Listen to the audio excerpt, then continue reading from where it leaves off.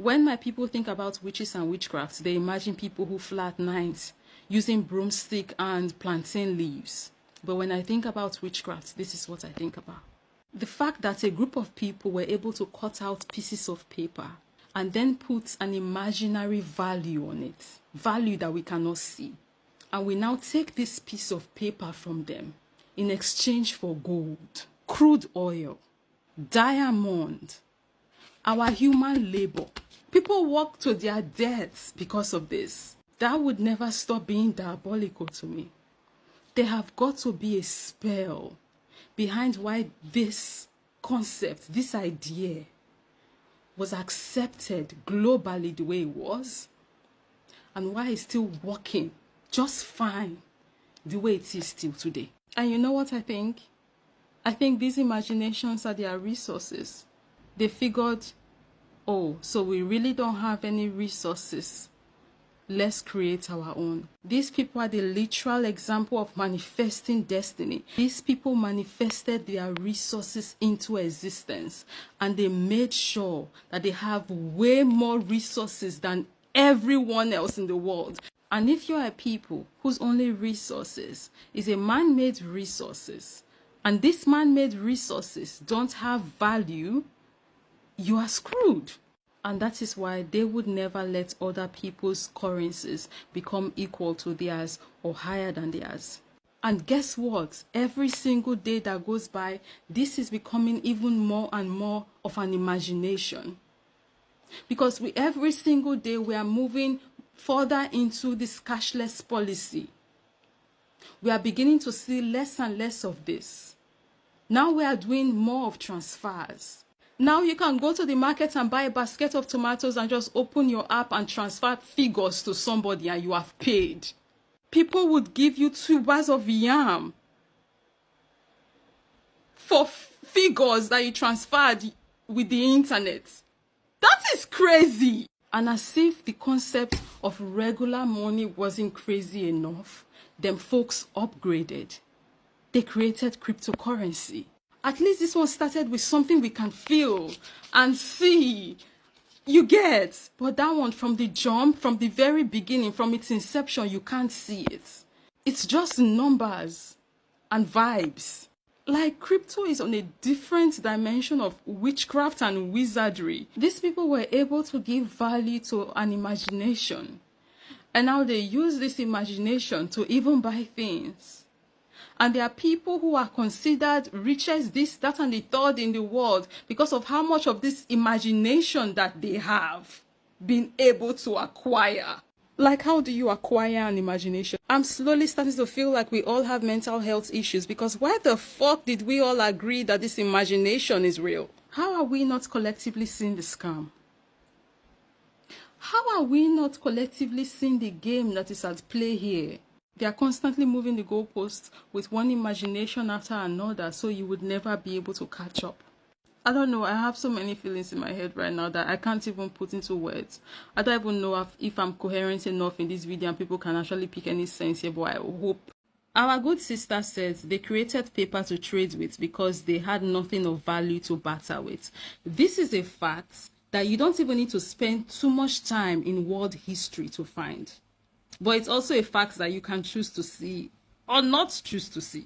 But what I want you to dwell on is how convenient it is that it is the production of goods and services that gives paper money its value.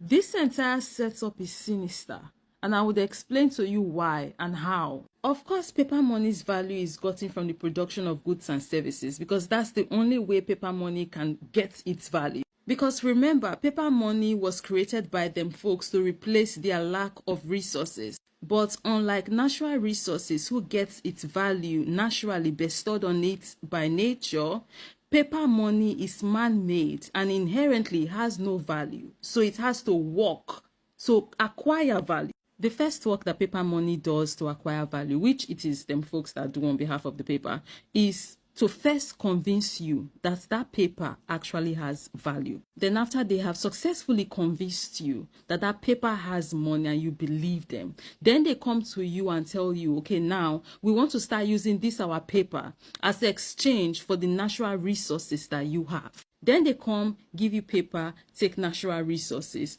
go back home to their countries and go and produce goods and services. Then they come back around using the goods and services that they produced using your raw materials to back and create value for their paper money. You have to pay very close attention, a keen attention at what is going on to really peep what is happening here. Why do you think they were against what this guy wanted to do that time, backing the currency with our natural resources? Why do you think they're against that? Because that would not benefit them. The only way they benefit from the idea, the concept of paper money, the only way it benefits them is if it is backed by production, because that they can do. Like I said, they can use the paper money to go buy means of production and then produce and give the paper money value. But if people are backing their paper with natural resources, they don't have that to back their paper with. But you want to know what's even more crazy? Is the fact that if you break this down even further, you would find that in a way, what their money is backed by and what is giving them value is actually the resources, our resources. They don't want us backing our money with our resources, but they successfully back their money with our resources, but in finished goods version. They are doing what they don't want us to do while making us feel like that's not what they are doing. They are playing with our psyche. That's what they are doing. We are being gaslit on a global scale. It's all a lie. It's a scam. It's juju at work. And the implication of paper money's value being derived from production then means that they have to make sure that not everybody would be able to produce. Because if you produce, then even your paper money gets value. And that's a problem. So what did they do? They made sure that most countries don't produce. And Nigeria is actually one of those countries. Check out this video. I'll meet you guys after. Structural adjustment program is the foundation that modern Nigeria is built on. For the young people we don't know, structural adjustment program was a IMF policy we bring Babangida into power.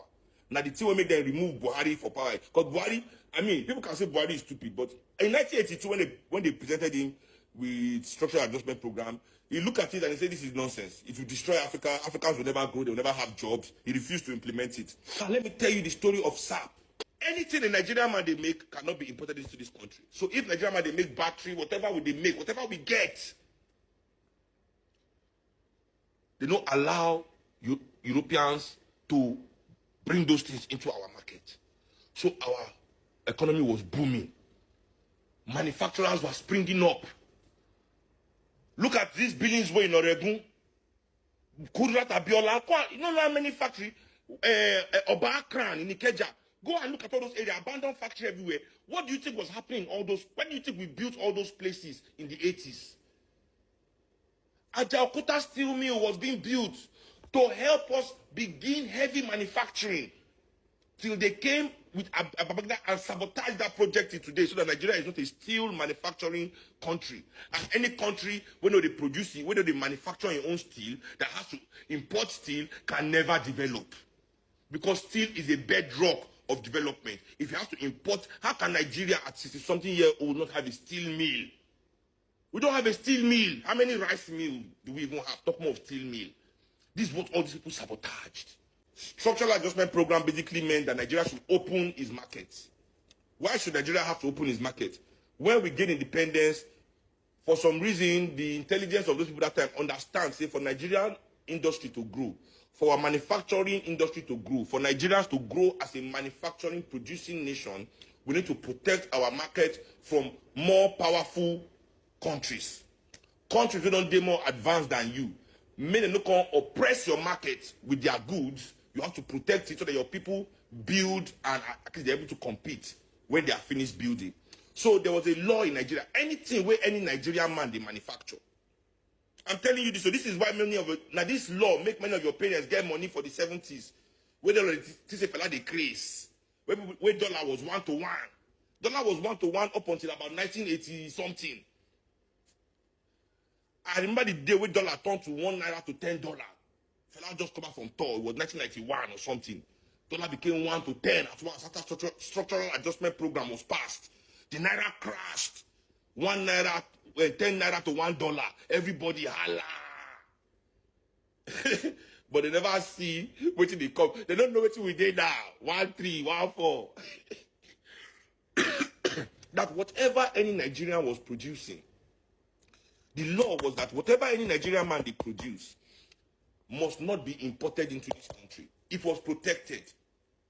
So if a Nigerian man was making battery, as many of them were making batteries, car battery, all kinds of, there were all sorts of industry in this country. Oh, we are making everything we use in Nigeria. Don't let anybody tell you any lie. Our enemies saw that Nigeria was emerging as a powerhouse, as a manufacturing and a producing powerhouse. So we even dream reach Ajaokuta steel mill. These elites begin do their magomago among themselves. America come with their bribery of their Abiolas. These people begin to tell Nigeria and say, if we allow these foreign goods to enter our country, for everybody. This was Abiola's argument, and your fathers and mothers were stupid enough to believe it. Open Nigeria's markets, that the competition will be good for our local manufacturers. You, a local manufacturer, will say you never gather $2 million. You want to compete with a company that is billions. This will just bring anything that they have into Nigeria. They will price it cheaper than yours. So this is the game that the Europeans played on African manufacturing. All our factories closed down, and this is where we are today. It's the same attenuate that people are still doing it today. You don't understand that you opening the market. This open Nigeria is why Nigeria can never develop. See, now here, now they run, I'm not here. When people talk about psychological warfare, this is the psychological warfare they're talking about.